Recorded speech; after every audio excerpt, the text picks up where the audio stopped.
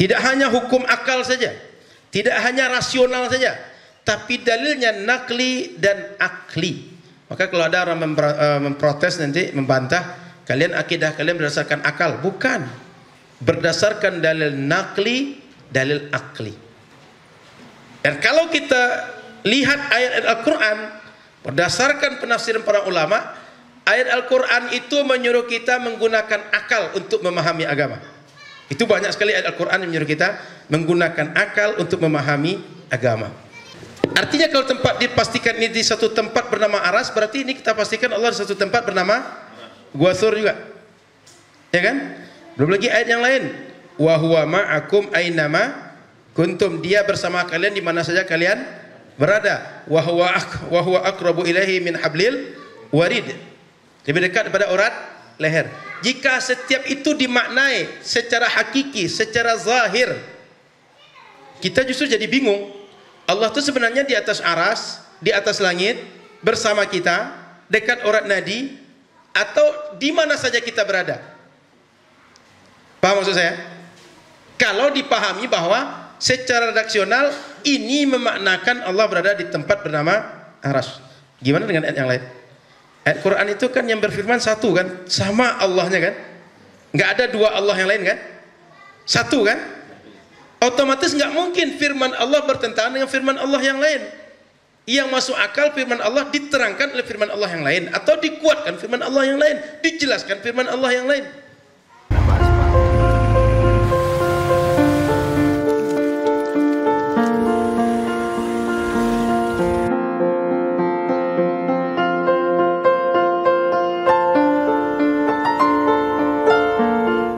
Assalamualaikum warahmatullahi wabarakatuh. Jamaah dimanapun berada, kami sedang berada di Desa Kebun Tinggi. Dari Pekanbaru Riau, amat sangat jauh sekali. Mobil yang bisa masuk kemari hanya 4x4. Di belakang kita ada masjid kayu, luar biasa, cantik, indah. Kalau siap nanti, mari kita selesaikan bersama melalui program wakaf pembangunan masjid. Nama masjidnya Nurul Azhar, mengambil barokah kemuliaan Al-Azhar Syarif Kairo Mesir. Mari kita support pembangunan masjid Nurul Azhar Batu Tilam melalui rekening Bank Syariah Indonesia BSI, nomornya 147, 6-nya 7 kali, 6666666. Sekali lagi, Bank Syariah Indonesia 147, 6666666 atas nama Yayasan Tabung Wakaf Umat. Jangan lupa sertakan di kode transfer 25 di akhir nominal transfer. Kontak nomor ini untuk memastikan. Konfirmasi ke nomor 0852 6541 6060. Man bana masjidan, siapa yang bangun masjid, banallahu mithlahu baitan fil jannah. Allah akan bangunkan dia satu tempat di surga. Berkah selalu. Assalamualaikum warahmatullahi wabarakatuh.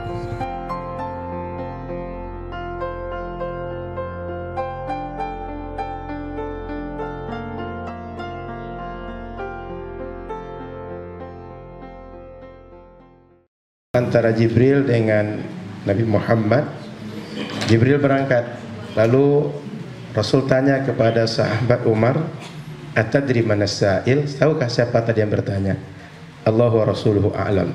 Tak ada yang tahu, Allah dan Rasul yang tahu. Kemudian kata Nabi, itu Jibrilu atakum yu'allimukum dinakum. Yang datang tadi adalah Jibril yang mengajarkan pada kalian agama kalian. Lalu dari kalimat yu'allimukum dinukum itu, para ulama menafsirkan bahwa pokok-pokok agama itu adalah pertanyaan-pertanyaan yang ini. Sehingga yang din itu yang pokoknya adalah satu, akidah. Yang kedua, amaliyah. Kemudian yang ketiga nanti akhlak. Yang ilmunya ada sebut langsung ilmu akidah, yang ini namanya ilmu fikih. Tadi sudah kita bahas. Ini ada nyebut ilmu akhlak, ada nyebut ilmunya tasawuf. Sehingga semua ilmu yang kita pelajari dalam Islam itu muaranya kepada tiga ini aja: akidah, fikih, tasawuf. Akidah ini kadang disebut dengan tauhid juga, kadang ilmu kalam, kadang istilahnya usuluddin, dan beberapa istilah yang lain. Fikih dia ranah amaliyah, kadang disebut juga dengan syariah, kadang disebut juga dengan furu'. Tasawuf kadang disebut dengan akhlak, kadang disebut dengan tazkiyatun nafs, kadang disebut dengan suluk, ilmu suluk. Suluk itu ilmu perangai maksudnya, dan beberapa istilah yang lain. Tapi poin-poin utamanya adalah semua yang kita pelajari dalam Islam itu keyakinan, amal, akhlak. Amal ni amal fisik, keyakinan adalah keyakinan dengan hati, dengan kalbu kita, dan akhlak kita. Ini 3 muara ilmu. Sehingga 3 ilmu ini menjadi ilmu fardu ain, wajib dipelajari oleh setiap muslim. Adapun ilmu yang lain tidak dikuasai mereka dengan baik, itu tidak menjadi fardu ain. Tapi ini fardu ain, terutama hal-hal yang menjadi kewajiban bagi setiap orang untuk melakukannya, seperti sholat.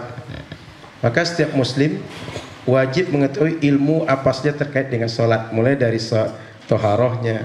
Toharoh nanti ada mencari bagaimana airnya, lalu bagaimana istinjanya, sampai nanti dia sholatnya. Kemudian akidah, minimal akidah yang pokok, rukun iman yang 6. Pembahasan nanti mendalamnya atau perbedaan pendapat, kemudian terjadi diskusi para ulama, itu tugas para ulama. Kita minimal keyakinan dasar akidah, rukun iman yang 6. Akhlak ini banyak ranahnya. Minimal sekali bagaimana akhlak kita sehari-hari. Tapi mendalaminya biar tugas ulama. Akhlak yang akan dipakai sehari-hari ini kewajiban kita. Orang kalau tidak punya akhlak tapi sekedar punya fikih, dia akan kering. Dia akan dengan orang lain itu bisa kasar. Karena fikih itu asal boleh lakukan. Tapi kalau akhlak boleh tapi dia melihat ini patut atau tidak, ini menjaga perasaan orang atau tidak, ini jujur atau tidak. Maka kalau orang tidak berakhlak, hanya sekedar fikih, dia akan kering dia. Nah, jadi lebih kurang ketika disebut din itu, maka dia akidah, amaliyah, akhlak. Atau amaliyah ini fikih, syariah, sebut juga furu', akidah sebut tauhid, ilmu kalam, usuluddin dan lain-lain. Kemudian akhlak ada sebut tasawuf, tazkiyatun nafs, suluk. Ini istilah yang sama, atau pemakaian istilahnya banyak tapi maksudnya sama semua. Sampai di sini ada pertanyaan kira-kira? Dan inilah ilmu yang menjadi semua muara ilmu. Sementara ilmu yang lain itu wasail semua. Apa makna wasail? Dia menjadi ilmu untuk bagaimana kita mendapatkan ini semua. Baik ilmu bahasa, baik ilmu sirah, ilmu hadis, ilmu tafsir. Ilmu tafsir itu ujungnya ke sini. Akidah, amal, akhlak. Hadis ujungnya ke sini juga. Kalau mustalah hadis dan ilmu hadisnya itu bagaimana memastikan hadis itu sahih. Fikih hadis baru bagaimana pemahaman dari hadis. Ujungnya ke sini juga. Tafsir ke sini. Bahasa itu alat memahami Al-Qur'an dan Sunnah. Ujungnya ke sini. Makanya di sini yang kita buka adalah pertama tauhid, yang kedua fikih. Lalu setelah ini penghapusnya, hapus semuanya. Sebentar, boleh dihapus semua ya? Boleh. Okay. Lalu setelah itu mungkin bapak-bapak, ibu-ibu, ustaz, ustazah bertanya, kok kitabnya matan Aqidatul Awam, kok matan takrib? Ulama kita dari dulu itu punya metode dalam mengajar. Apa metodenya? Ada orang belajar itu namanya disebut mubtadi', para pemula. Di sekolah kita ada namanya mubtadi'un atau ibtidaiyah, madrasah ibtidaiyah. Kemudian ada nanti orang namanya mutawassit, kelompoknya mutawassit. Ada nanti muntahi. Apa maknanya? Mubtadi' ini pemula. Pemula ini dalam bahasa para ulama, orang yang belum tergambar oleh dia semua apa saja pembahas dalam satu ilmu. Jangankan mendalami ilmu, apa saja yang dibahas dalam akidah dia belum paham. Maka kitab pemula itu dia lebih membuka cakrawala sebagai alas, sebagai dia untuk memberikan wawasan yang sifatnya dasar. Lalu ketika orang sudah lewat dari fase mubtadi ini, dia masuk kepada mutawassit. Mutawassit ini sudah mulai agak mendalam, sudah pakai analisa. Sama kayak kita kalau tingkat sekolah, Anak-anak itu kan dari SD sampai SMA katakan selalu belajar matematika. Kuliah pun belajar matematika. Tapi matematika yang dipelajarinya semakin tinggi tingkat pendidikannya, babnya sama, cuma lebih mendalam. Yang dibahas itu-itu saja, matematika itu-itu saja. Sejak dahulu matematika itu nggak akan berubah dari SD sampai perguruan tinggi, itu saja pembahasannya. Cuma tingkat pendalamannya makin ke atas, makin mendalam. Bahkan sampai kepada filosofi, kenapa sih nol itu dia nol gitu? Dari mana asalnya nol? Ketika orang sudah tingkat perguruan tinggi nanti. Jadi mutawassit ini pengkajian sudah agak mendalam. Sudah mulai menganalisa di situ. Sudah mulai masuk dalil di situ. Di sini jarang masuk dalil. Kenapa? Mengkaji dalil itu bukan perkara yang murah. Karena tidak murah jika diberikan kepada pemula, jangan-jangan yang dia harapkan semestinya dapat, gara-gara sibuk dengan mengkaji hal yang rumit bagi dia, nggak dapat apa yang semestinya dia dapat. Contoh, pemula ini kan penting, Ustadz kami mau sholat, gimana sih cara sholat? Wudhu caranya begini-begini, itu dalam kitab matan selesai. Tapi kalau dikaji, kita mesti niat, dalil niat itu innamal a'malu bin niat. Lalu nanti kapan berniat itu Ustadz? Dikaji lagi apa maksud niat itu? Jangan-jangan orang sudah 10 hari belajar pun juga sholat dia. Masih menganalisa bagaimana kesimpulan kok rukun dari wudhu itu adalah niat. Kenapa? Karena ini pembahasannya butuh pada ada namanya ilmu jarh wa ta'dil, ilmu rijal, kemudian berbagai ilmu terkait dengan pembahasan hadis. Itu nggak mungkin dikasih kepada para pemula. Maka di mubtadi nggak dikasih dalil. Tapi apakah kitab-kitab berdalil? Pasti berdalil. Nah, nanti saya masuk dalam ilmu fikih nanti dan ilmu akidah. Jadi mulai dalil di situ. Muntahi ini sudah tingkat expert, sudah tingkat orang yang kuliah atau tingkat orang yang secara keilmuan itu dia sudah lewati 2 fase ini, sehingga di sini mengadu dalil pun bisa dia. Kok kita mengambil dalil ini tak mengambil dalil yang lain? Apa aspek kuatnya dalil kita, apa aspek lemahnya dalil orang? Itu udah bisa dia, karena dia punya usul fikih, dia punya qawaid al-fiqhiyah dan lain-lain. Jadi ini sudah menjadi kebiasaan ulama dari dulu membuat kitab itu, ada mubtadi, mutawassit, ada muntahi. Sehingga kalau orang bertanya, kalian kitab kalian kok nggak ada dalilnya, kok tidak ada qala Allah, qala Rasulnya?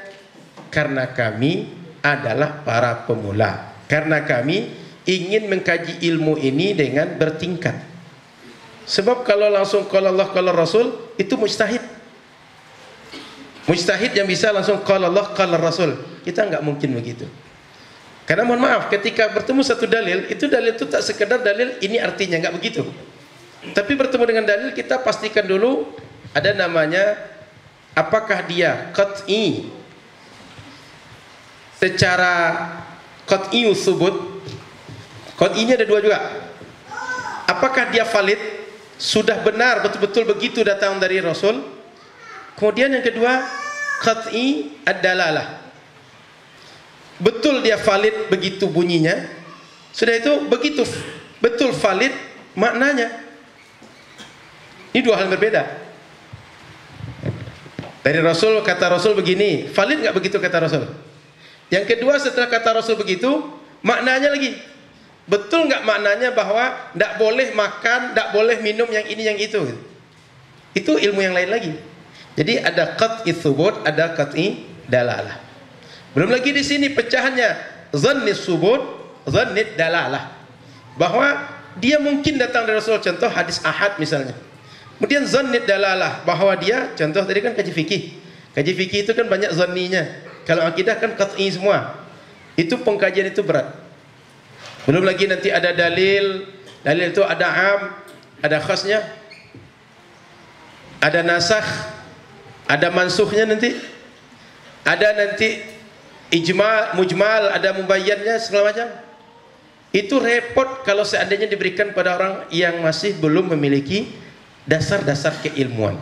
Makanya para ulama membuat metode begini. Paham kira-kira ya?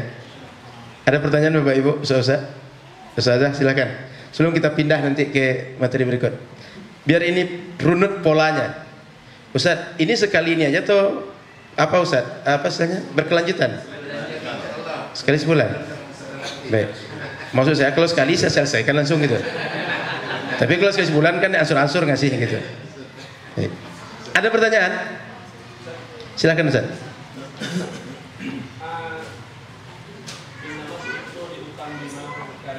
Ya.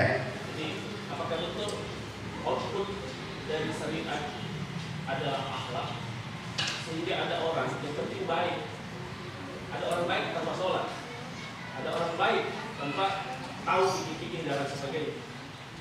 Banyak orang kampung-kampung berarti baik, berarti akhlaknya bagus. Nah tujuan Nabi turun akhlak. Apalagi kalau sholat. Kalau seandainya Ustadz buka Riyadhus Shalihin, nanti boleh cek Riyadhus Shalihin itu, tengok bab-bab di situ. Bab-bab di situ, bab pertama akhlaknya adalah kepada Allah semua itu. Sehingga akhlak itu disebut dengan akhlak baik itu, berakhlak kepada Allah, berakhlak kepada Rasul, berakhlak kepada manusia, berakhlak kepada yang lain. Boleh Ustadz tengok nanti Riyadhus Shalihin. Jadi bab-bab di awal itu bab akhlak kepada Allah semua itu.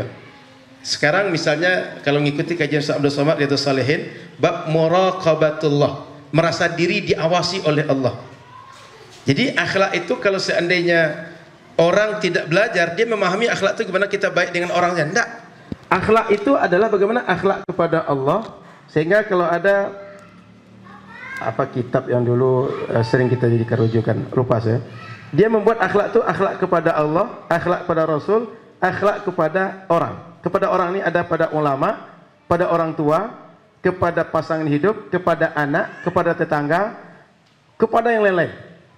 Jadi gitu Ustaz, kalau orang memahami akhlak itu, kepada Allah ada akhlak yang pertama. Seandainya dia tak salat, berarti dia tidak berakhlak kepada Allah Subhanahu wa taala. Begitu Ustaz. Nah, jadi dia merasa baik, tapi sesungguhnya dia belum baik. Kenapa? Karena akhlak yang sesungguhnya paling pertama belum dia buat. Gitu Ustaz. Cukup Ustaz? Baik.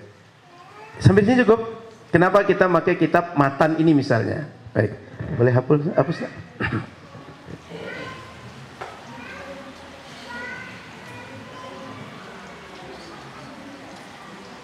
Baik.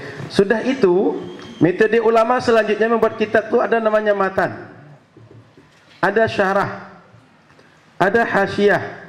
Kemudian nanti di atasnya lagi ada takrir. Matan ini bahasa mudah kita, isinya intisari ilmu saja. Yang pokok-pokok saja. Rukun salat ada 5 misalnya. Yang 5 itu jadi tulisnya. Tapi ketika sudah syarah, yang 5 itu apa maksud dari poin 1? Dijelaskan lebih lanjut dari segi bahasa, dari segi istilah. Kemudian kalau ada kesamaan dengan istilah lain, dia buat analisa kenapa kita mengambil definisi yang dia af'al wa aqwal muftatahatun bit takbir muhtatamatun bit taslim misalnya. Kenapa kok itu pengertian salat? Kok enggak yang lain? Itu boleh dianalisa di syarah. Jadi tradisi ulama buat kitab itu begitu. Matan, intisari, syarah ini penjelasan. Ketika dianggap penjelasan ini belum memadai, orang masih bertanya-tanya, gimana sih memahaminya? Maka dibuat ada hasyiah, penjelas dari penjelasan, penjelas dari penjelasannya. Ketika sudah dibuat hasyiah ini, kadang-kadang i'rab dibahas di situ, kadang-kadang balaghahnya dibahas di situ, sehingga isinya lebih komplit. Di takrir baru jika ketiga ini sudah dijelaskan secara penjelasan sudah, penjelasan sudah, belum juga lagi, masih ada poin yang dianggap perlu ditambahkan, maka dibuat takrir oleh para ulama. Makanya ada sekarang itu yang sering pakai para ustaz juga at-takriratus sadidah. Ini sudah tingkatan-tingkatan begini. Nah, makanya kita kalau selesai kitab ini seandainya masih berlanjut Ustaz, kita masuk ke syarah nanti Ustaz. Selesai di syarah, masuk ke sini. Maka orang pesantren itu silakan lihat kitab mereka, misalnya mengkaji matan al-Ajurumiyah pertama. Lanjut nanti Fathul Qarib. Yang kita pakai itu ada Fathul Qarib. Tak salah ini ada matan takrib yang Fathul Qarib sekalian. Betul. Fathul Qarib, kalau lanjut ke atas lagi Hasyiah Al-Baijuri nanti. Maka kitab para ulama itu dibuatnya begitu.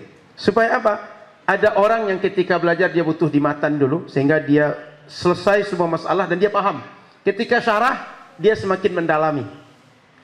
dan hasyiah semakin lagi mendalami lebih lanjut dengan memahami dari matan dan syarah. Oleh karena itu, kita para ulama mirip kayak kita membuat kurikulum SD SMP ini, ilmunya sama, babnya sama, tapi dengan tingkatan kitab dia lebih mendalam dalam membahas satu masalah. Makanya orang ketika bahas syarah tak pernah bahas matan, dia akan kewalahan. Kenapa? Ada yang tak sinkron, ada yang dia belum nyambung ilmunya. Dia lompat. Orang lompat kadang-kadang selamat, kadang-kadang jatuh. Nah, makanya membahas syarah ini kita mulai dengan matan, dia repot. Tapi kalau matan, syarah, kalau kata kami itu lancak kaji, dia diulang. Pasal jalan, dia ditampuah, dia diturik kan. Makanya ketika matan diulang di syarah, dipermantap di hasyiah, biasanya orang menjadi pakar bila saya sampai di sini. Makanya para ustadz, kalau kitab dikasih sekarang matan, nanti ada syarah, ada hasyiah, tujuannya begitu. Biar kita mengkajinya punya tingkatan, tidak langsung kaget tiba-tiba loncatnya jauh. Yang bisa langsung loncat jauh itu orang takajui. Tiba-tiba di salah anjing kan, meloncat dia 2 meter pun parit diloncati dia. Kondisi normal tak bisa. Nah, jadi sengaja dibuat para ulama model ini cara kitab. Itu diantaranya kenapa ada mubtadi, ada muntahi, mutawassit, ada muntahi, ada matan, ada syarah, hasyiah, ada takrir. Sampai sini paham? Ada pertanyaan? Kalau tidak kita masuk pada kitab. Nah, kemudian apa lagi? Di kitab juga para ulama membuat kitab itu juga tidak sama metodenya. Ada yang nathar, ada yang nazam. Ada nazam, ada nathar. Nazam itu seperti yang di kitab matan Aqidatul Awam, pakai syair dia. Kalau nathar seperti Fathul Qarib, ini pemaparan umum. Pemaparan tidak pakai syair.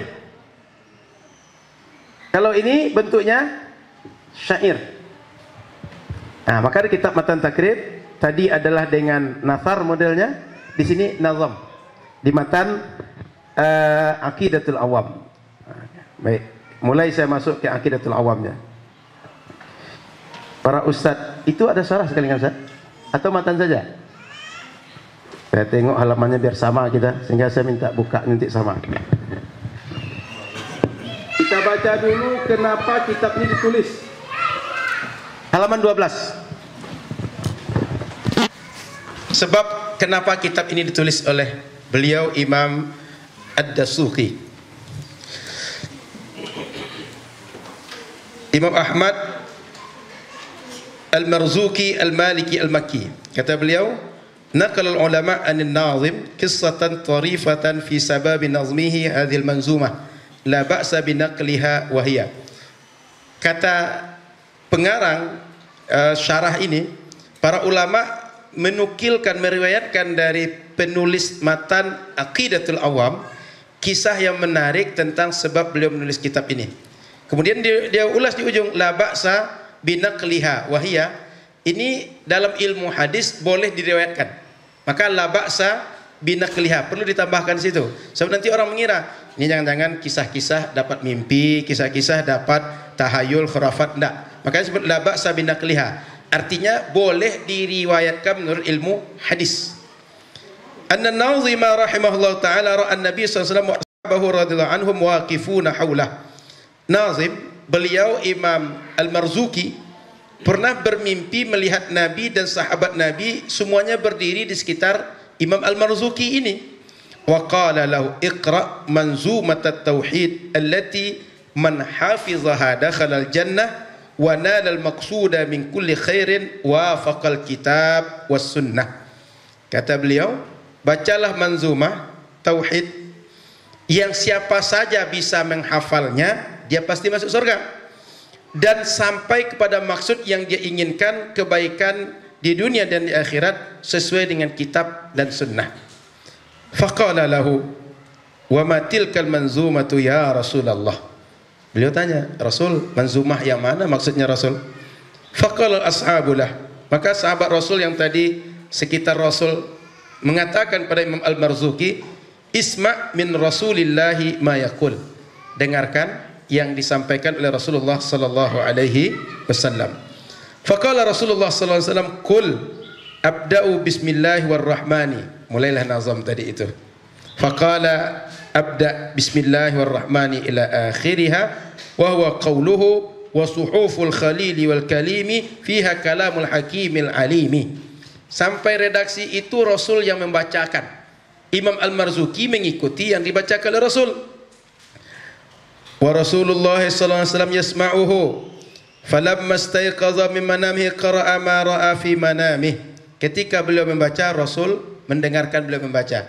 Artinya Rasul membaca, pertama beliau mengikuti, ketika beliau mengikuti didengar oleh Rasul. Begitu beliau terbangun dari tidur, beliau baca semua yang tadi dibaca bersama Rasul ketika tidur. Fawajadahu mahfuzan indahu min awwali ila akhiri. Hafal beliau langsung. Artinya tadi dalam mimpi bertemu Rasul dan sahabat Rasul, dibacakan oleh Rasul, beliau disuruh mengikut apa yang dibacakan Rasul. Saat beliau membaca itu Rasul perhatikan. Begitu bangun tidur, beliau rupanya sudah hafal semuanya. Thumma ra'an Nabiy sallallahu alaihi wasallam maratan tsaniyah waqta as-sahar fil manam. Setelah beliau tadi tidur, bangun, lalu beliau tidur lagi. Kebiasaan ulama itu memang di ujung malam tidur lagi. Jadi Rasul pun begitu. Beliau tengah malam atau sepertiga malam terakhir bangun, nanti beliau sholat malam. Di ujung sebelum subuh itu beliau tidur sebentar. Seperenam malam terakhir. Itu kebiasaan ulama memang tidur begitu. Maka Rasul kadang-kadang kita dapat riwayat beliau sebelum sholat subuh itu tidur sebentar, dengar azan beliau berangkat ke masjid, atau kalau beliau mohon maaf beliau mandi junub, beliau mandi dulu baru ke masjid. Jadi kebiasaan ulama itu begitu Ustaz. Sebelum subuh itu tidur sebentar. Lalu beliau waktu sahar, sahar itu artinya waktu di ujung malam. Sahur itu disebut dengan sahur karena di ujung malam. Makannya makan di ujung malam. Faqala lahu Nabi SAW. Lalu kata Nabi kepada Imam Al-Marzuki, Iqra' ma jama'tah. Coba baca lagi yang tadi engkau hafalkan di hatimu. Faqara'ahu min awwali ila akhirih. Dibaca dari awal sampai akhir. Wa huwa waqifun baina yadayhi. Beliau saat itu berdiri di hadapan Nabi. Wa ashabuhu radhiyallahu ta'ala anhum waqifuna haulah. Sahabat Nabi waktu itu semuanya berdiri di sekeliling Nabi. Yaquluna amin ba'da kulli baitin min hadhil manzumah. Setiap satu bait dibacakan sahabat mengaminkan.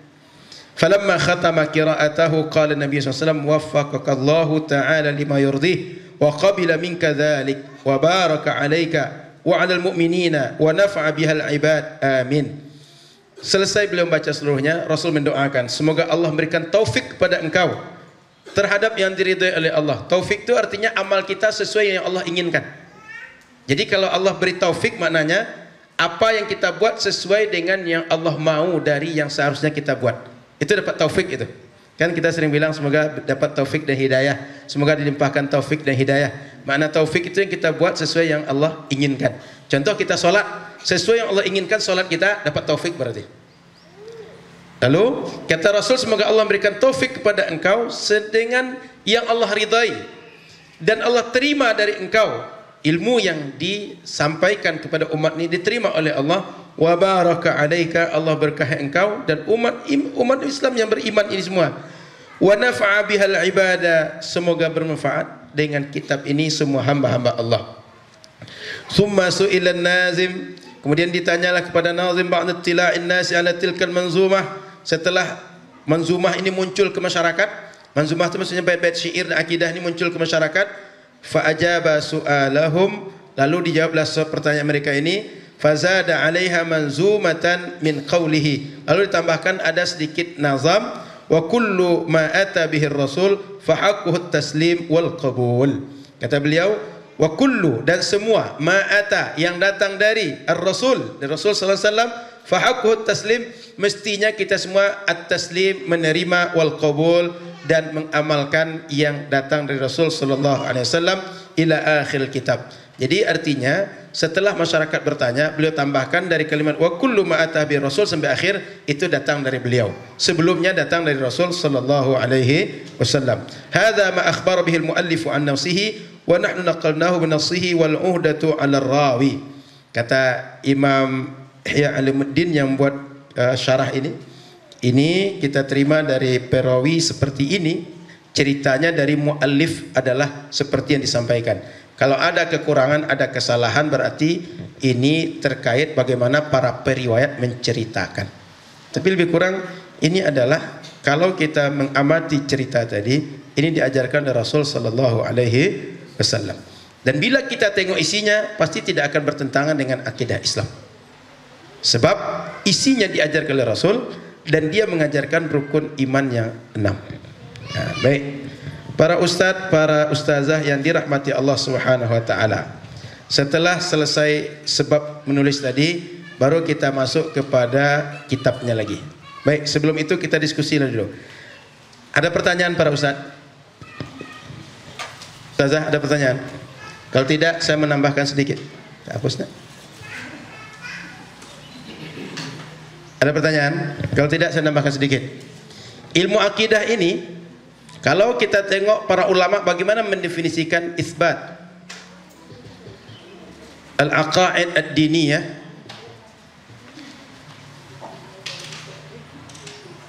bil adillah al-yakiniyah.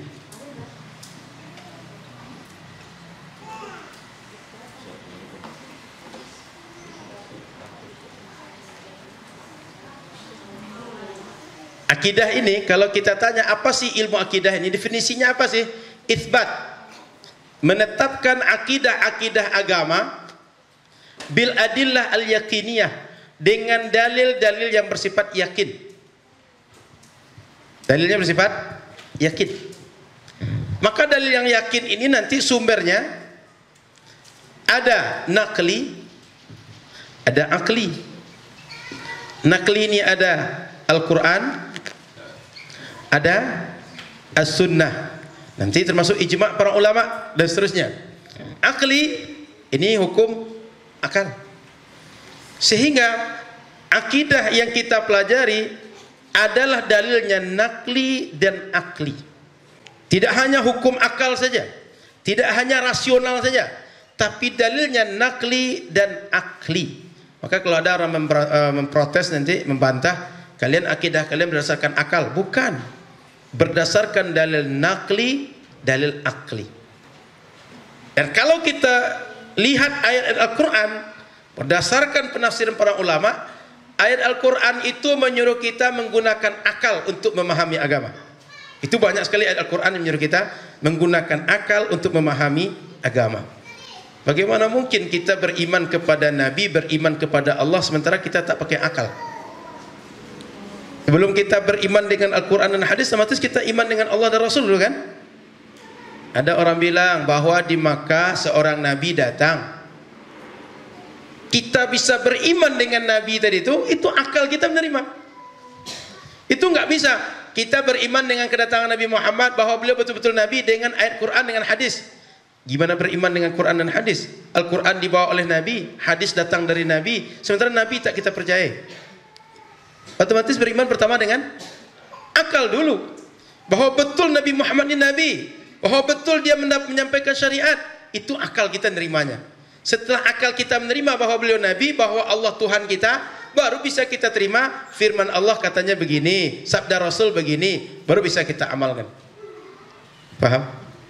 Kan nggak mungkin. Kita nggak tahu Allah siapa, nggak tahu Rasul siapa, lalu mengimani kata Allah dan kata Rasul. Masuk akal?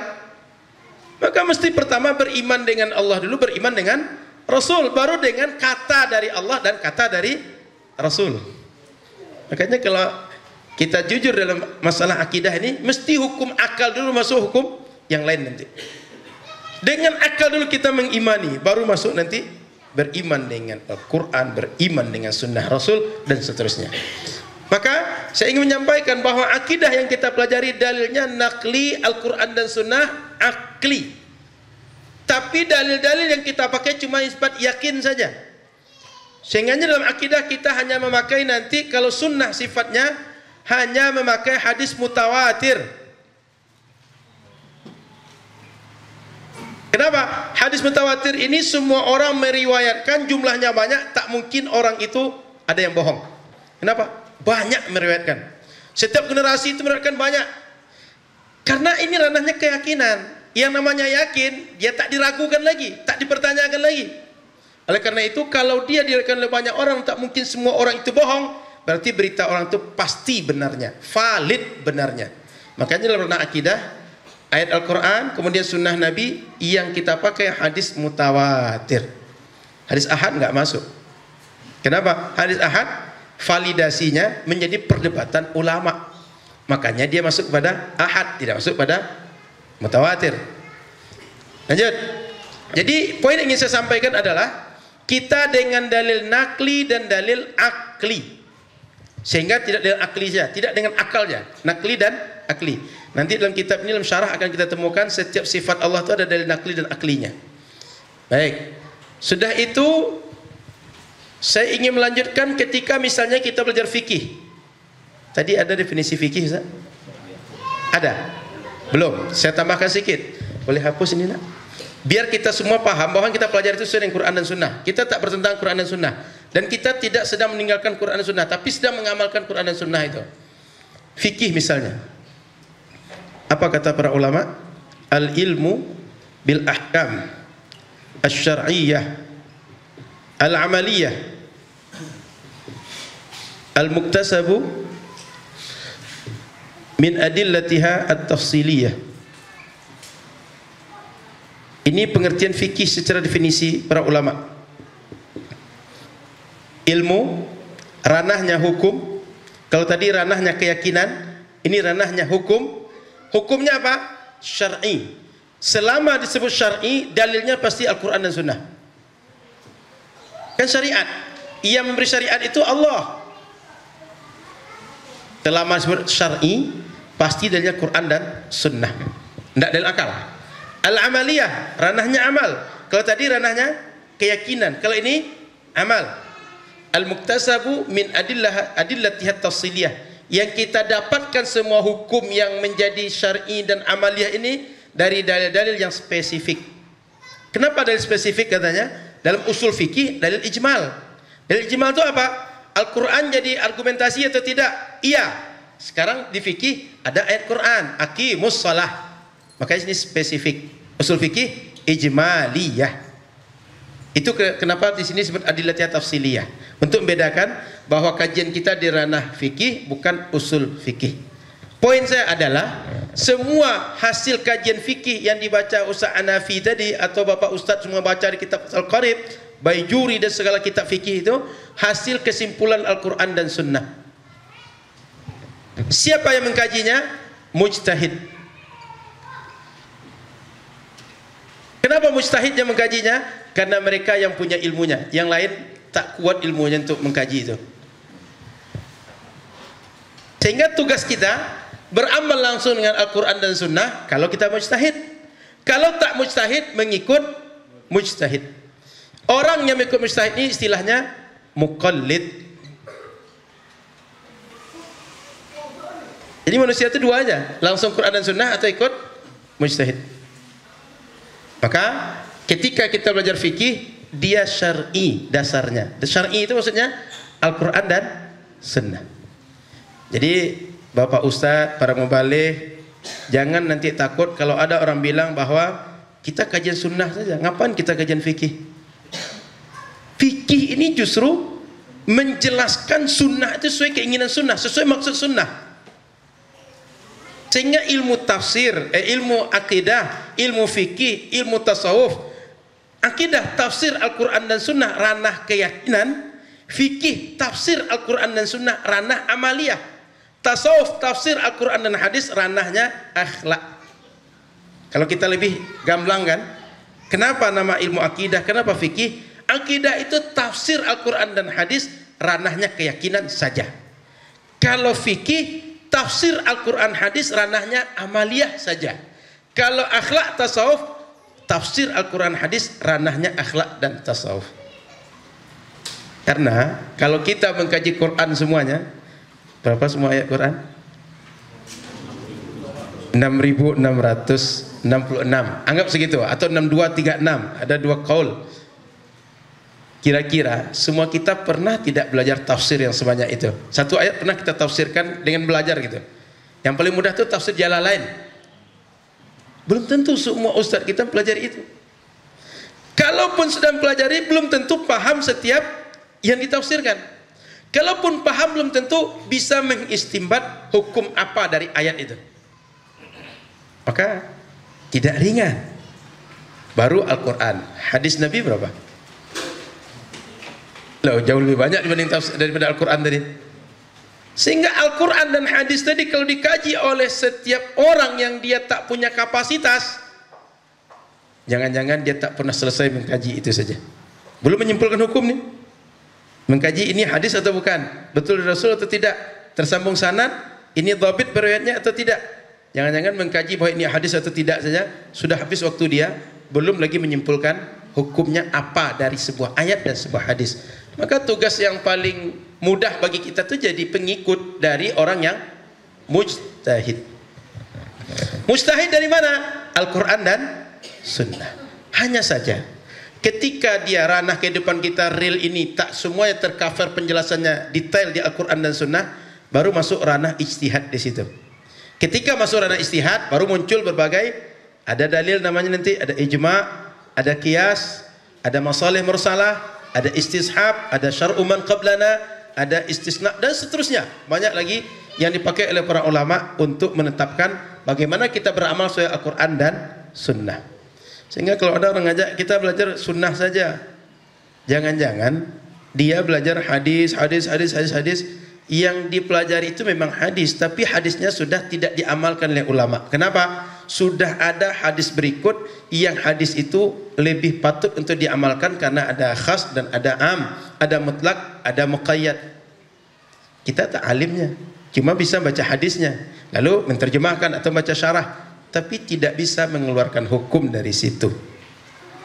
Sementara yang kita pelajari dalam akidah dan fikih itu hasil sudah selesai dikaji oleh ulama. Tinggal kita meyakini, tinggal mengamalkan. Tidak perlu lagi kerja keras mengkaji dari Quran dan Sunnahnya. Kok bisa begini kata Quran dan hadis? Paham Bapak Ibu? Siap. Boleh nanya, Pak? Silakan, Ustaz. Assalamualaikum warahmatullahi wabarakatuh. Assalamualaikum warahmatullahi wabarakatuh. Alhamdulillah, Ustaz ya, juga terima kasih kepada YTWU, Ustaz Ahmad dan Takdir ya, telah memberikan perkasa seperti ini. Ini menarik Ustaz, kalau sampai tuntas kita mengkaji kitab-kitab Al-Asy'ariyah, Maturidiyah, dan kitab-kitab Syafi'iyah. Kalau sekilas lalu saya cerita, dulu kami di Al-Wasliyah di Unipa, itu saya kuliah di sana tuh, mengkaji dari matan takrib sampai ini Ustaz, Al-Muhazzab fi Fiqh Syafi'i. Sampai kitab matan Sanusiyah, sampai kitab Kifatul Alam, sampai dengan ada Suki Umul Barahim. Saya mau nanya gini Ustaz, dalam nazom tadi Ustaz, nazom ini, nazom syair yang ditulis oleh Al-Marzuki, Al-Maki, itu ada nggak kesamaan dengan Ibnu Umar Al-Falimbali, Sarah Afatul Najid, Zahul Kalam, sama dengan kajiannya Al-Asy'ariyah juga gitu, sama nggak? Yang dimimpikannya itu apakah sifat wajib bagi Allah 20 tadi, atau kira-kira nazam syairnya apa gitu Ustaz? Sama nggak dengan kitab Fathul Majid Syarah Al-Jawhar Tauhid? Ada itu kitab yang pernah dikaji oleh tuan guru Doktor siapa namanya? Dia dulu Dr. JIN Ustaz. Alhamdulillah Nasution dengan beberapa tuan guru di Al-Wasliyah. Saya juga pernah belajar di Mustafawiyah, juga mengaji kitabnya di Unipa Al-Wasliyah Ustaz. Sama nggak kitab yang dimimpikan itu dengan kitab yang ditulis oleh Ibnu Umar Al-Falimbali gitu kan? Itu mungkin. Saya menyatakan sama itu tidak tahu Ustaz. Sebab yang Ustaz maksudkan, saya juga tidak tahu yang mana maksudnya. Cuma kalau segi substansi akidahnya, saya yakin pasti sama Ustaz. Cuma yang dibacakan oleh Rasul kepada beliau, kepada Imam Al-Marzuki, mungkin sama, mungkin tidak Ustaz. Cuma saya tidak tahu, karena saya belum pernah memutolaah kitab yang Ustaz sebutkan. Namanya Fathul Majid Syarah Zahul Tauhid Ustaz. Kalau sekedar Fathul Majid Imam Nawawi Al-Bantani, saya pernah baca. Seperti itu, seperti gambarannya. Karena salah satu muridnya itu, salah satu gurunya itu Al-Imam Al-Nawawi Al-Bantani Ustaz. Baik. Jadi Imam Nawawi Bantani menulis kitab Fathul Majid. Ustaz nanti jangan terkecoh, ada Fathul Majid versi Wahabi. Iya, betul. Ada. Namanya sama, Fathul Majid. Imam Nawawi Al-Bantani menulis kitab juga Fathul Majid. Isinya sama Ustaz. Artinya apa akidah dalam kitab Fathul Majid dengan akidah sini sama isinya. Cuma redaksi nazamnya tidak sama Ustaz. Beda antara itu dengan ini. Kalau itu Ustaz maksudkan saya tahu. Cuma isinya sama, nazamnya tidak sama Ustaz. Gitu Ustaz. Cukup Ustaz? Jadi saya ingin ingatkan Ustaz, ada Fathul Majid, kitabnya lebih tebal lagi dari yang Fathul Majid Imam Nawawi itu. Itu cetakannya bagus, itu punya Salafi. Jadi hati-hati, ada Fathul Majid versi Salafi, ada yang versi Ahlus Sunnah. Oke. Cukup? Ada lagi pertanyaan? Ustazah, silakan. Silakan Ustaz. Tapi di luar yang dibahas ini. Ya, Ustaz. Tadi nyangkut ada Salafi juga. Ada ayat Ar-Rahmanu 'alal 'arsy istawa. Ya, Ustaz. Nah, sebagian kawan kita menafsirkan Allah fil 'arsy. Coba kalau Oh. Saya tak apa jasnya. Kenapa Ustaz? Saya khawatir nanti kalau panjangnya nanti Ustaz. Tapi tak apa, karena bertanya kita coba diskusi sedikit ya. Minimal pemantik diskusi agar punya gambaran. Ar-Rahmanu 'alal 'arsy istawa.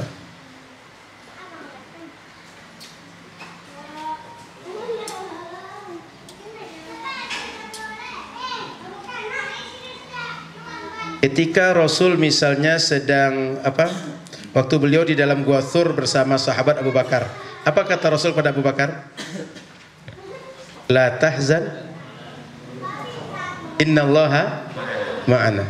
Itu kata Rasul kan? Innallaha ma'ana. Ini innallaha ma'ana ini berarti kan Allah bersama kita kan? Waktu itu Rasul Abu Bakar di langit atau di Gua Thur? Di Gua Thur kan? Enggak di langit kan?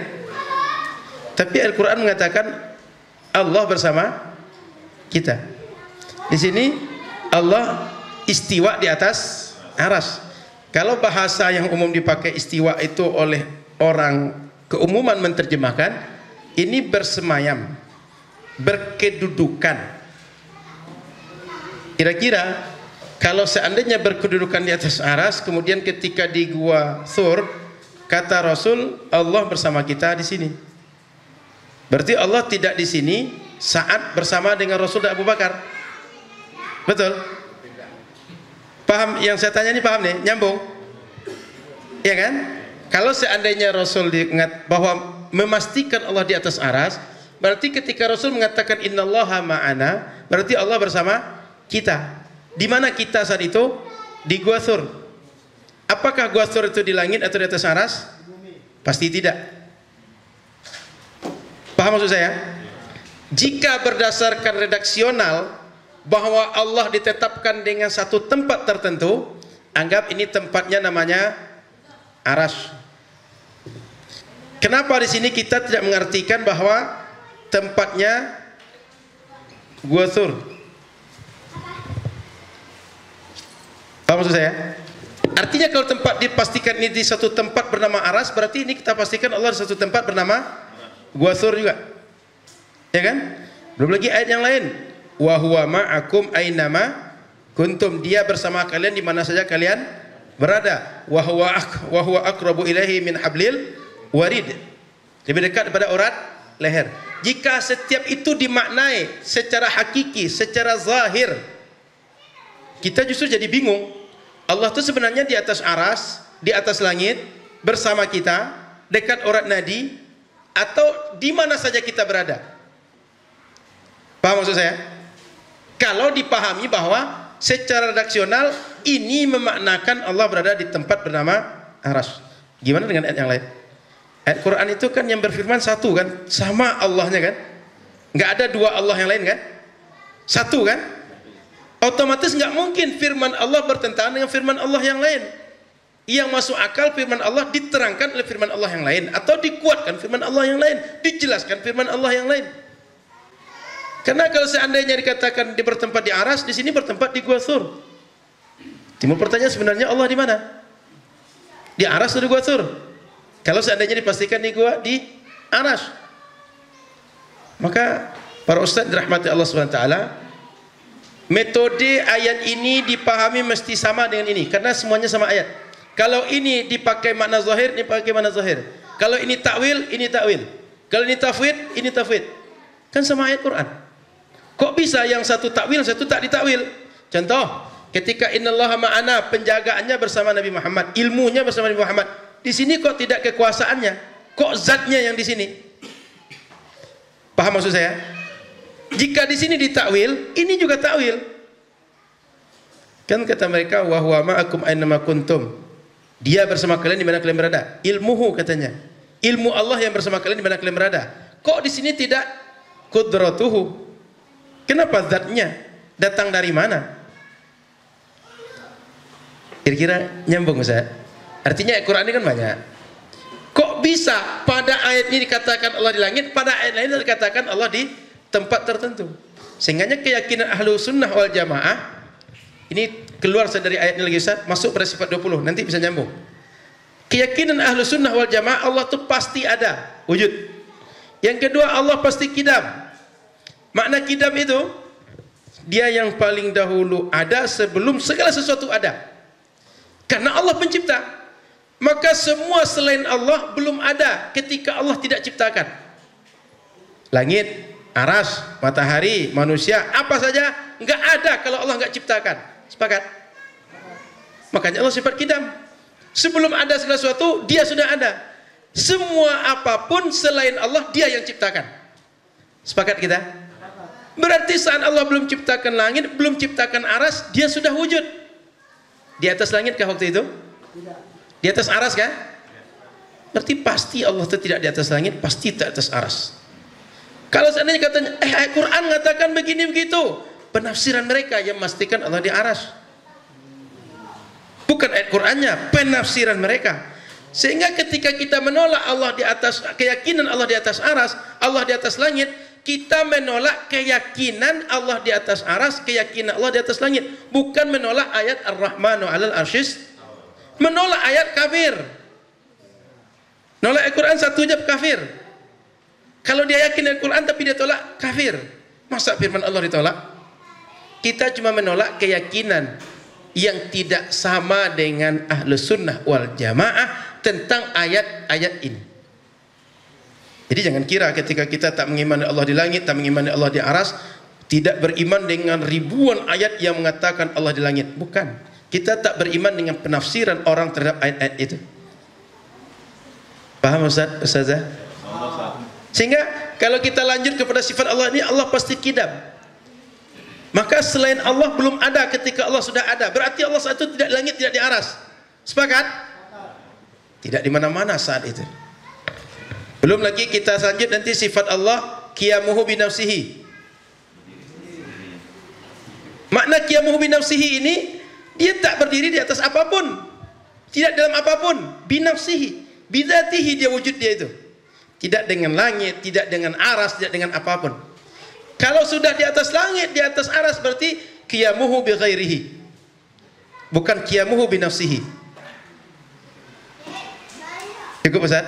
Sehingga dalil Al-Qur'annya, kemudian dalil aklinya dari sini. Sifat Allah yang ini.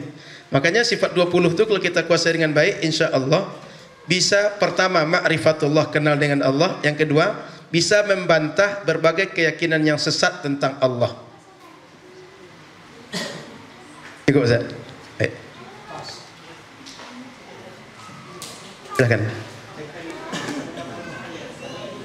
Kenapa? Seberapa bahaya? Bagi akidah, ketika kita mengikuti pemahaman salafi, dia akan mengatakan bahwa setiap ayat dipahami dengan zahir. Kita akan punya Tuhan sama seperti orang non-muslim, seperti bertuhan kepada berhala, tapi berhala dalam kepala. Kalau orang lain yang dengan berhala itu, Tuhannya depan kepala dia. Kalau keyakinan Wahabi, Tuhan dalam kepala dia. Sehingga ketika orang berbicara tentang Tuhan, dia terbayang bentuk Tuhan dalam kepala dia. Tanyalah ke orang salafi itu. Tuhan di atas langit, Tuhan di atas aras, Tuhan punya mata, Tuhan punya betis, Tuhan punya wajah. Dan kalau seandainya itu diikuti narasi mereka, Tuhan punya wajah, kita tinggal tanya, hidungnya ada nggak gitu? Pipinya cantik mana dibanding kita gitu? Makanya seandainya kita tanya lebih lanjut pada mereka, Tuhan itu dalam gambar mereka bisa seburuk-buruk bentuk. Kenapa? Tuhan itu nggak digambarkan punya berbagai objek ornamen seperti kita ini. Apalagi ketika disebutkan Tuhan itu matanya satu atau banyak, itu salafi pasti bingung lagi. Karena dalam Al-Quran ada redaksinya bi'aini, ada bi'ayunina, nggak ada bi'ainaya. Mata Tuhan itu nggak ada penjelasannya dalam Al-Quran itu dengan dua mata, tapi satu mata atau banyak mata. Jadi Tuhan itu banyak mata di wajahnya. Kalau digambarkan mengikuti zahir mereka. Tangan lagi, tangan Allah keduanya kanan atau kiri dan kanan. Beda lagi bin Bas dengan Albani. Kalau kanan keduanya berarti kiri nggak ada. Berarti lebih bagus kita dibanding yang kanan keduanya. Itu kalau diikuti semua narasi mereka itu dan dinampakkan secara zahir, buruk sekali bentuk Tuhan itu secara fisik. Kalau diikuti itu, makanya bahayanya ke situ dan Ustaz. Sudah itu bahaya yang lain. Ustaz, pernah nggak dengar bahwa kata mereka orang tua Nabi masuk neraka? Kita aja nggak suka orang tua kita dibilang kurang ajar, apalagi masuk neraka. Kalau ada orang bilang bapakmu kurang ajar depan kita, apalagi dibilang masuk neraka, Ustaz. Itu satu di antaranya keyakinan-keyakinan berbahaya itu. Yang lebih repotnya adalah karena Wahabi ini dia keyakinan dia instan, zahir, dan sifatnya ornamen yang nampak secara fisik, dia mudah untuk keluar dari Islam lalu menjadi ateis. Karena keyakinannya tak mengakar kuat. Sementara kita ahlu sunnah wal jamaah, semua keilmuan itu dipelajari pasti dengan dasar-dasar dalil akli dan nakli yang kuat. Mereka tidak pakai dalil akli. Kata mereka dalil nakli saja. Bahkan dicelanya orang belajar dengan pakai dalil akli. Sering dengar? Apa akidah kalian dengan akal, kata dia. Betul? Sering dengar gitu? Justru orang kalau tak memakai akal dalam akidah dia, itu lemah akidah dia. Gimana dia mau menalar? Sementara menjadi keyakinan. Keyakinan akan menjadi yakin kita kalau ini nerima, nalar kita nerima. Betul nggak Ustaz? Ustaz yakin sesuatu kalau ini nerima. Mereka nggak mainkan ini. Makanya kadang-kadang anekdot tuh cara paling mudah masuk salafi itu buang otak gitu. Kalau pakai otak payah masuk salafi. Ujung-ujungnya pasti keluar. Kayak ada syekh yang baru ke Miantar tadi pagi itu mantan salafi Ustaz. Bahkan lama ngajar di salafi dia. Bukan mantan belajarnya, ngajar di salafi juga. Dia akhirnya berpikir, saya kok setiap yang diamalkan kita ini kata orang salafi syirik, kata orang salafi bid'ah. Ditengok kita kitab ulama, kok ulama hadis benaran yang kita buat ini sunnah, sampai di salafi syirik, sampai di salafi kok kafir. Bingunglah dia. Kok bisa ulama salafi dengan ulama ahli hadis beda? Kalau seandainya beda, kita ngikut salafi atau ulama ahli hadis benaran? Kan itu pilihannya. Misalnya Imam Nawawi. Imam Nawawi kan ulama hadis benaran. Diadu dengan pemikiran salafi. Yang benar Imam Nawawi atau salafi? Pastilah beliau akan pikir. Gitu akhirnya dia taubat, itu diantaranya gitu. Itu diantara contoh saja Ustaz. Belum lagi pemikiran kalau seandainya Ustaz bisa diskusi dengan mereka dan terus terang mereka, selain mereka itu pilihan cuma dua Ustaz. Kalau tidak kafir, mubtadi' ahli bid'ah. Enggak ada yang ketiga dari mereka, menurut mereka kita ini. Kalau tak ikut bersama mereka, satu di antara dua aja keadaannya. Kalau tidak kafir, mubtadi'. Kalau tidak kafir, ahli bid'ah.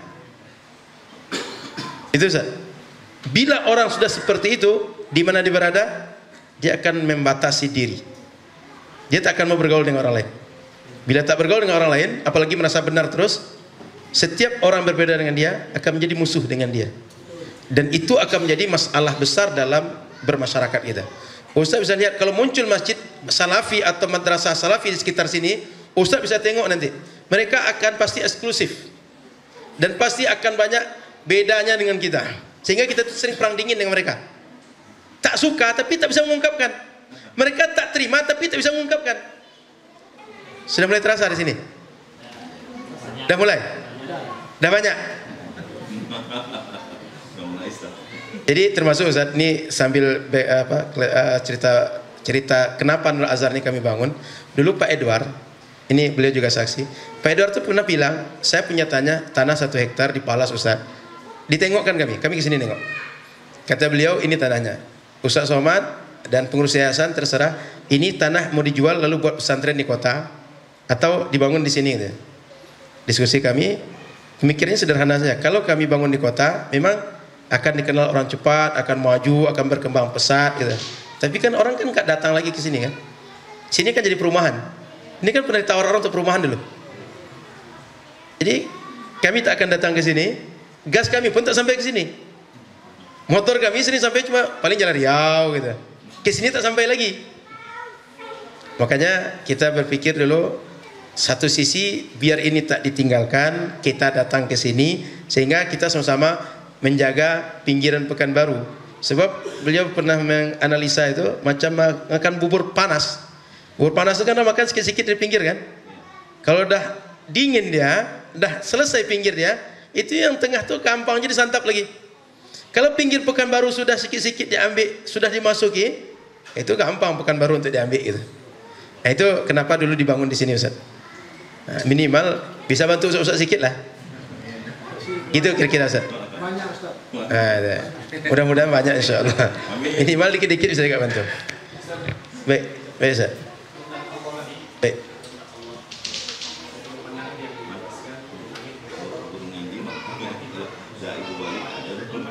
Ya.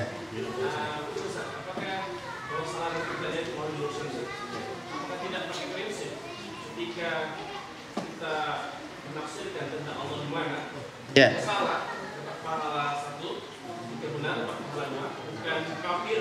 Ah. Nggak pakai prinsip itu, Ustaz.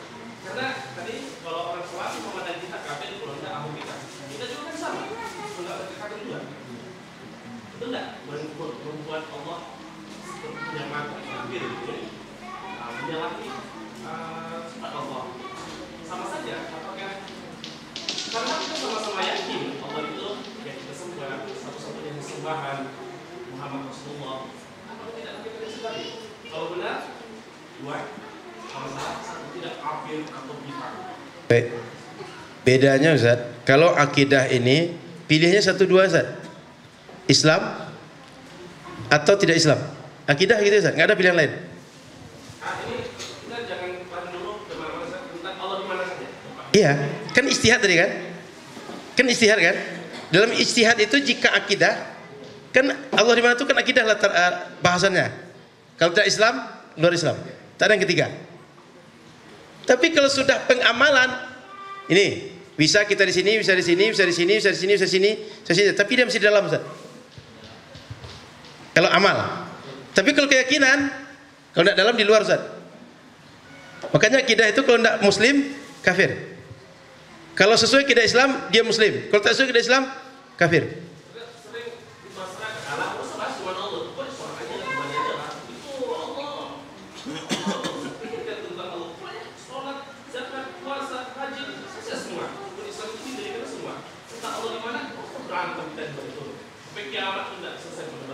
Baik, saya nanti ke sana. Sekarang ini dulu Ustaz. Kenapa tadi tidak dapat pahala satu, pahala dua? Dalam akidah ranahnya kalau tidak Islam, luar Islam. Itu saja. Tapi kalau amaliyah, gimana sih cara wudhu? Gimana sih cara basuh kepala? Kan satu basuh keseluruhan, satu cukup di sini. Kedua-duanya meskipun caranya beda, itu masih benar juga caranya lagi. Masih mengamalkan syariat dia. Tapi kalau sudah Islam dan tidak Islam, dia Tuhannya benar atau tak benar, gitu Ustaz. Paham maksud saya? Baik. Karena di situ akan latar turunnya nanti Ustaz. Kalau Allah di atas langit, pertanyaannya langit siapa yang ciptakan? Langit kapan adanya? Itu pertanyaan lanjutan akan panjang nanti Ustaz. Langit siapa yang ciptakan? Kalau ada yang menciptakan langit berarti ada Tuhan selain Allah. Berarti Tuhan enggak satu Ustaz. Itu konsekuensi lanjutannya nanti itu Ustaz. Makanya kita akan boleh Tuhan itu dua nanti. Konsekuensinya lanjutan Ustaz. Maka nalar berpikir itu dia mesti tuntas. Orang akan menyerang kita lanjut. Kalau Tuhan di atas langit berarti siapa yang ciptakan langit kata dia. Atau langit itu adanya setelah Tuhan ciptakan. Kalau setelah Tuhan ciptakan berarti Tuhan enggak di atas langit. Kan gitu nalarnya Ustaz. Lanjutnya gitu. Makanya tentang Tuhan mesti clear benar atau salah. Kalau benar dia Muslim, kalau salah dia kafir. Lalu ketika dalam ranah amaliyah orang sudah yakin dengan Islam kok, tinggal mengamal Islam, mewujudkan Islam itu gimana? Mungkin dia benar dengan cara mengusap seluruh kepala, mungkin sedikit dengan sedikitnya yang benar. Makanya ranah istihad yang pahalanya 1 dan 2 itu bukan ranah orang Islam atau kafir, tapi ranah amaliyah Ustaz. Ranah amaliyah ini mulai istihad kita beda-beda nih Ustaz. Tapi ranah akidah, kalau beda-beda istihad kita pasti Muslim dan kafir jadinya Ustaz. Karena Tuhan benar atau Tuhan salah. Tuhan salah pasti kafir, Tuhan benar pasti Islam. Gitu Ustaz. Makanya dia tak masuk, pahalanya benar dapat 2, salah dapat 1. Tidak bisakah kita pakai misalkan beberapa persen tentang beberapa ayat Al-Quran Al-Qurannya Allah yang tahu. Baik. Tidak pakai sampai ke sana. Baik. Tapi ini kan tadi ijtihad tadi kan. Kalau ijtihad itu polanya. Jika masalah akidah, Tuhan benar, Islam, Tuhan salah, kafir. Tapi ketika amaliyah, seburuk-buruk dia amaliyah masih dalam lingkaran. Masih Islam juga dia. Artinya mazhab yang kita pakai itu seberapapun mazhabnya, jauh atau dekat dari dalil, dia masih dalam lingkaran. Tapi kalau dalam akidah, dia dah keluar. Itu poin 1, Ustaz. Poin kedua, tadi kata masyarakat, yang penting kita sholat, nggak usah bicara Allah di mana-mana. Justru Allah ahlu sunnah dari dulu nggak ngajarkan Allah di mana itu, Ustaz. Datang salafi lah pertama ajaran dia, Allah di langit, Allah punya tangan. Ajaran kita coba tengok, kitab kita ini dari dulu itu yang dipelajari, Ustaz. Allah pasti ada, Allah pasti qidam, Allah pasti mukhalafatul hawadis, Allah qiyamu binafsi. Kenapa kita bertengkar gara itu? Karena salafi memastikan itu dan menyatakan kafir, menyatakan tak ikut sunnah kalau orang tak mengikut keyakinan Allah di langit, Ustaz. Mana mau orang yang tahu diam terhadap itu, Ustaz? Mana mau orang yang punya keyakinan tidak seperti mereka, berdiam terhadap keyakinan mereka? Itu makanya kita tidak diam. Kenapa? Kalau kita diam berarti yang salah terus dibunyikan, akhirnya orang menganggap yang salah ini akhirnya benar. Karena orang benar tak bersuara, orang benar tak menjawab. Gitu, Ustaz. Ujung-ujungnya sama loh, Ustaz. Kayak apa saja amaliyah dibuat di sini nih. Kalau semua yang salah itu semua orang menganggap benar, nanti justru orang benar pertanyakan orang. Gitu, Ustaz. Makanya dari dulu semua ranah akidah itu kalau ada yang salah, banyak tokoh yang muncul untuk mendebatnya. Kecuali di masa Mu'tazilah muncul. Kenapa? Mu'tazilah itu raja atau khilafah yang dikuasai dia. Sehingga semua selain Mu'tazilah itu langsung ditangkap oleh khalifah. Maka Imam Ahmad di penjara itu gara-gara berbeda dengan Mu'tazilah. Yang lain akhirnya tak bersuara seperti Imam Ahmad. Imam Ahmad juga bersuara karena ditanya. Karena pertanyaan itu menjawab lalu berbeda dengan Mu'tazilah, di penjara Imam Ahmad. Yang lain bisa menjawab dengan tauriyah. Tauriyah itu bahasa dua makna, orang secara sekilas memahami makna yang dekat padahal makna yang jauh kita inginkan. Imam Syafi'i diantaranya pandai jawab begitu, Ustaz. Makanya tidak di penjara Imam Syafi'i. Jadi kalau seandainya keyakinan salah ini dibiarkan, Ustaz, orang akan menganggap benar nanti. Itu makanya orang yang paham dia menjawab supaya yang tidak tahu jangan terbawa dengan salah. Ada pembandingnya. Itu, Ustaz. Bentar, biar ini dulu. Sudah tuh tadi apalagi yang ketiga tadi, Ustaz, nalarnya? Baik, justru itulah yang kita ajarkan di akidah kita, Zat. Tak memikirkan zat Allah. Mereka menghantam pertama itu dengan zat Allah. Coba tengok, Ustaz, asal pengajian mereka pertama itu Ainallah, Allah punya tangan, Allah punya kaki. Itu pertama akidah mereka. Kita yang pertama diajarkan bukan itu, Ustaz. Tapi bagaimana akal berpikir dengan benar. Sehingga al-hukmul akli itu diajarkan pertama sekali. Hukum akal ini berpikir 3 saja. Pasti ada, pasti tidak ada, bisa tidak. Contoh mudah, sekarang ada suara terdengar speaker itu. Nalar orang akan tanya, itu ada yang bicara atau tidak? Jawabannya 3 saja. Pasti ada yang bicara, pasti tidak ada, bisa ada yang bicara, bisa tidak. Atau yang lain lah. Contoh saya punya istri atau tidak? Jawabannya 3. Pasti punya istri, pasti tak punya istri, bisa punya istri, bisa tidak. Sepakat? Enggak akan ada pertanyaan lebih dari 4, jawaban lebih dari 4 tadi itu. Kontennya baru nanti bisa nambah atau tidak tadi itu. Pasti 3 itu jawabannya. Termasuk Ustaz semua. Ustaz punya anak atau tidak? Jawabannya 3 juga. Pasti punya anak, pasti tidak, bisa punya anak, bisa tidak. Betul, Ustaz? Nggak akan lebih dari 3 itu jawabannya itu. Itu diajarkan pertama, Ustaz. Sehingga ketika memahami sifat Allah, Allah pasti bersifat wujud, pasti tidak bersifat dia hudus. Itu dipelajari dalam akidah kita, Ustaz. Sehingga kita dalam akidah kita tak pernah mempelajari bagaimana membayangkan zat Allah, tapi sifat Allah yang dipelajari. Mereka justru zat Allah dulu yang dilarang oleh hadis Nabi. Tafakkaru fi khalqillah. Berfikirlah kalian tentang ciptaan Allah, bukan zat Allah. Mereka zat Allah itu pertama dikaji oleh mereka. Betul? Terasa di masyarakat begitu? Itu, Ustaz. Makanya kita dalam akidah kita tak memikirkan, tidak membuat orang berfikir tentang zat Allah, tapi tentang sifat Allah. Begitu, Ustaz. Silakan, Ustaz. Assalamualaikum warahmatullahi wabarakatuh. Assalamualaikum. Berkaitan dengan sifat tadi, kita kan mengetahui dan kita pelajari juga bahwa sifat Allah itu kan 20 ya. Tapi menurut mereka mungkin sifat Allah itu ada 3 kan? Ada uluhiyah, rububiyah, dan asma wa sifat. Itu bagaimana penjelasannya? Atau bagaimana mereka mendapatkan referensi itu? Jadi kita tentang uluhiyah, rububiyah, asma wa sifat itu sebenarnya kita juga bisa meyakini seperti itu, tidak ada masalah, Ustaz. Allah sebagai Tuhan pencipta, Allah sebagai tujuan ibadah, tidak ada masalah kita. Allah punya asma sifat, tidak ada masalah kita, Ustaz. Cuma pertama konsep uluhiyah, rububiyah, asma sifat itu bukan konsep dari salaf.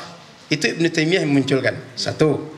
Yang kedua, konsekuensinya kalau Ustaz mengkaji konsekuensi yang mereka sampaikan lebih lanjut, Ustaz, itu berbahaya di situ, Ustaz. Apa bahayanya? Contoh ketika mengatakan bertauhid dengan tauhid rububiyah. Orang musyrik di masa Nabi lebih bertauhid dibanding kita yang hari ini. Bisa begitu, Ustaz? Lalu nanti ketika kita menyatakan tentang amaliyah ada istighatsah, ada tawasul, ada tabarruk, itu dengan sifat, dengan akidah uluhiyahnya disebut kita syirik gara-gara itu. Sehingga dikatakan orang Islam sekarang itu dia beriman pada Allah tapi dia musyrik dalam ibadah kepada Allah. Mereka kuburiyun, beribadah di kubur. Syukur beribadah di kubur bahasanya. Ini beribadah pada kuburan. Sementara umat Nabi ini jangankan alimnya, orang awam kalau doa itu pasti ya Allah kata doanya. Ada enggak orang kalau misalnya ziarah kubur ke sini, doanya enggak ya Allah itu? Atau Allahumma ya Rabbana. Ada enggak doanya selain itu? Ada enggak orang dalam situ tuh kalau ziarah kubur doanya Mariana yang dalam kubur? Ada enggak gitu? Doa mereka pasti ya Allah kan. Tapi mereka mengatakan bahwa dengan kita bertawasul, bertabaruk, beristighatsah dan semua yang bersifat seperti itu, kita syirik gara-gara itu. Itu turunnya pada uluhiyah itu, Ustaz. Itu senjata yang berbahaya, Ustaz. Asma wa sifat lagi, Ustaz. Dia akan mengatakan ketika kita seperti Ar-Rahman al-Arsy istawa tadi, mereka mengatakan Allah pasti atas langit, kita mengatakan bahwa Allah beristiwa di atas aras, maknanya Allah berkuasa terhadap aras. Dianggap kita mentakwil. Takwil itu menganggap menafikan atau mengingkari ayat Quran. Itu alat itu guna mereka untuk itu, Ustaz. Itu gunanya untuk membantah kita semua, Ustaz. Jadi akidah uluhiyah, rububiyah, asma wa sifat itu gunanya untuk membantah kita semua, Ustaz. Bukan untuk membuat keyakinan akidah, untuk membantah keyakinan Ahlussunnah semuanya, Ustaz. Makanya orang kalau tidak ikut itu, kalau tidak musyrik bid'ah ujungnya, Ustaz. Makanya akidah yang benar itu cuma uluhiyah, rububiyah, asma wa sifat. Ustaz boleh diskusi dengan mereka nanti. Jika Ustaz sudah mentakwil, akan dikenakan mereka dengan akidah asma wa sifat. Berarti Ustaz tidak berkeyakinan yang benar tentang asma wa sifat, kata dia. Tapi bahayanya Ustaz, itu akidah seperti itu sudah masuk di buku pelajaran anak sekolah gitu. So, saya di situlah hebatnya mereka, Ustaz. Masuk akidah seperti itu. Di situ hebatnya mereka, Ustaz. Mereka masuk dalam semua ranah. Media mereka kuasai. Ustaz asal mencari di internet tentang masalah agama, masukkan satu poin bahasa Arab atau Indonesia, yang pertama web Salafi yang muncul. Kenapa? Bisa dibayar kok, Ustaz. Kan bisa dibayar kan? Web kita pertama muncul ketika engine itu, kan bisa dibayar. Mereka ada uangnya, Ustaz. Kita nggak punya uang, Ustaz. Pakai Google Ads tuh, bayar. Asal ada uang, Ustaz. Jangankan isinya bermutu, tak bermutu, jadi bisa pertama muncul. Asal ada uangnya. Itu kan bisa diformat. Gitu, Ustaz. Sehingga ketika orang mencari di internet berbagai web akan muncul pemahaman itu dulu. Maka seakan-akan semua orang membaca tentang akidah yang benar itu pemahaman Wahabi itu. Sehingga muncullah di buku-buku pelajaran kita. Kenapa? Yang nulisnya bukan orang yang ahli dalam kajian akidah. Kalau dia ahli dalam kajian akidah nggak akan mungkin itu masuk, Ustaz. Itu tandanya yang nulis itu nggak paham, Ustaz. Atau mereka yang nulis, Ustaz. Baik. Yang sampaikan beliau ini memang sudah masuk di kurikulum baik di MBA tapi setelah itu hilang lagi kurikulumnya tuh. Entah itu mungkin karena salah satu mungkin dikaji lagi. Karena banyak yang protes, Pak. Kalau tak ada protes, akan itu yang ditanamkan terus. Kalau ada yang protes, dia akan jalan terus, Ustaz. Tapi kalau ada yang protes, stop yang gitu. Cukup? Jam berapa, Ustaz? Saya tidak tahu jam soalnya. Dah habis waktunya. Baik, sekedar pembuka cukup lah ya. Jadi mudah-mudahan ini manfaat. Saya tadi mikirnya Ustaz Muhsin, kalau sekali ini saya selesaikan sampai satu kitab ini sekalian. Kalau continue, ini sekedar pembuka. InsyaAllah di bulan akan datang kita lanjut lagi diskusinya. Bisa kita diskusi lebih banyak. Mudah-mudahan nanti manfaat insyaAllah. Silakan Pak. Assalamualaikum warahmatullahi wabarakatuh. Baik Ustaz.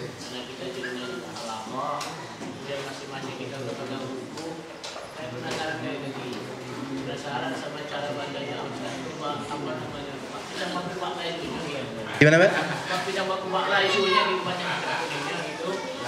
Jadi kalau bisa kami usul, mungkin berikan kesempatan kepada kami untuk baca dulu. Yang nanti, karena tadi mukaddimah Ustaz. Baca dulu, baru Ustaz luruskan itu. Baik. Baik, ke depan insyaallah Ustaz.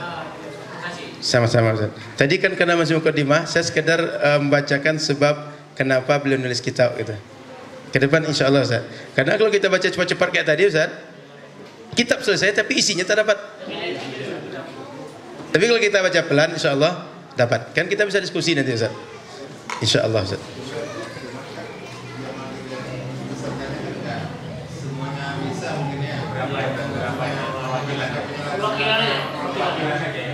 Ya Ustaz. Insyaallah nanti kita baca bareng Ustaz. Ya, poin pentingnya gitu Ustaz. Kita tidak mesti setiap kita bisa menguasai kitab dengan mendalam, tapi minimal poinnya dapat sehingga kalau nanti ditanya masyarakat atau menyampaikan masyarakat ada dasarnya untuk kita menyampaikan atau menjawab masyarakat. Kira-kira begitu kalau lebih kurang yang kita bisa ambil dari halakoh begini. Terima kasih. Mohon maaf salah dan kurang para ustaz, para ustazah. Jazakumullah khairan. Mudah-mudahan manfaat. Mudah-mudahan ini bisa kita rutin insyaallah. Kami berbahagia para ustaz ustazah mau datang untuk kita diskusi sama-sama. Mudah-mudahan kita sama-sama bisa menjaga dari mulai pinggiran arah sini minimal. Nah, kalau bisa lebih lanjut lagi lebih baik. Mudah-mudahan insyaallah. Baik, subhanakallahumma wa bihamdika asyhadu an la ilaha illa anta astaghfiruka wa atubu ilaika. Assalamualaikum warahmatullahi wabarakatuh.